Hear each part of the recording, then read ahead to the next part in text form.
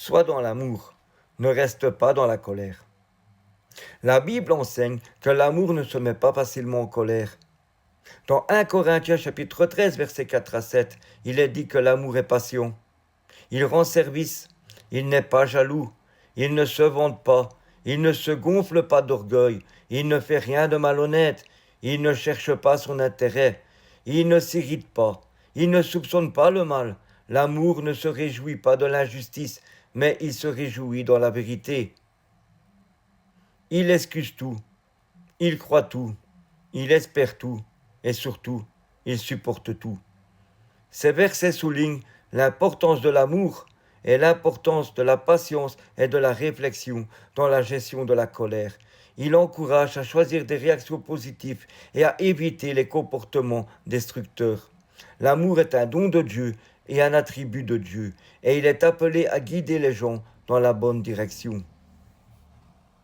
Pourquoi l'amour ne se met pas en colère ? Parce qu'il est un état d'esprit et d'attitude qui se manifeste par la patience et la tolérance.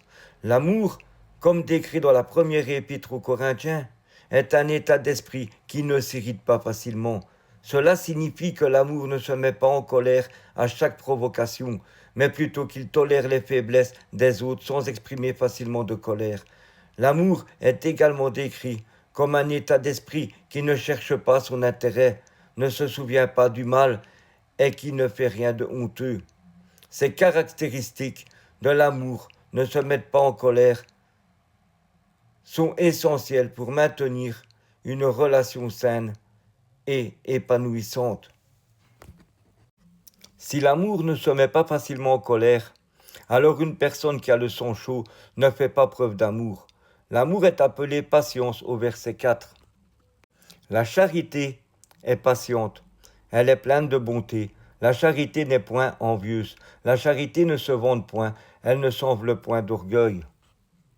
L'amour et la patience sont tous deux cités comme fruits de l'esprit dans Galates chapitre 5 versets 22 à 23.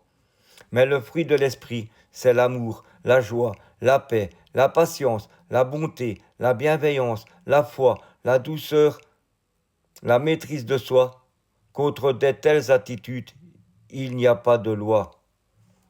La patience comprend la capacité de tolérer les faiblesses des autres sans exprimer facilement de la colère. L'amour couvre une multitude de péchés. 1 Pierre chapitre 4 verset 8. Avant tout, ayez un amour ardent les uns pour les autres, car l'amour couvrira une foule de péchés. Il ne s'emporte pas à chaque provocation. La colère elle-même n'est pas un péché, mais elle peut rapidement conduire à des expressions pécheresses. Plutôt que prétendre que nous ne nous mettons jamais en colère, l'Écriture dit simplement d'être lent à la colère. Jacques chapitre 1 verset 19. Ainsi donc mes frères et sœurs bien-aimés, que chacun soit prompt à écouter, lent à parler, lent à se mettre en colère. Dieu est lent à la colère, abondant en amour. Psaume chapitre 86 verset 15. Mais toi, Seigneur, tu es un Dieu de grâce et de compassion, lent à la colère, riche en bonté et en vérité. Et cette description est très révélatrice. La vérité selon laquelle Dieu est mesuré dans sa colère est immédiatement suivie par la vérité selon laquelle il déborde d'amour. Le lien entre les deux est évident. L'amour freine la colère, la ralentit pour le bien de l'être aimé. Être colérique implique généralement de porter des jugements hâtifs, de chercher à se justifier instantanément et de refuser d'accorder une seconde chance. Cependant, l'amour véritable refuse de tirer des conclusions hâtives, de se venger ou de juger quelqu'un à la hâte. Le fait que l'amour ne s'irrite pas facilement met en évidence l'amour patient de Dieu pour le monde. Il fait preuve de patience envers nous, voulant qu'aucun ne périsse, mais que tous parviennent à la repentance. 2 Pierre chapitre 3 verset 9.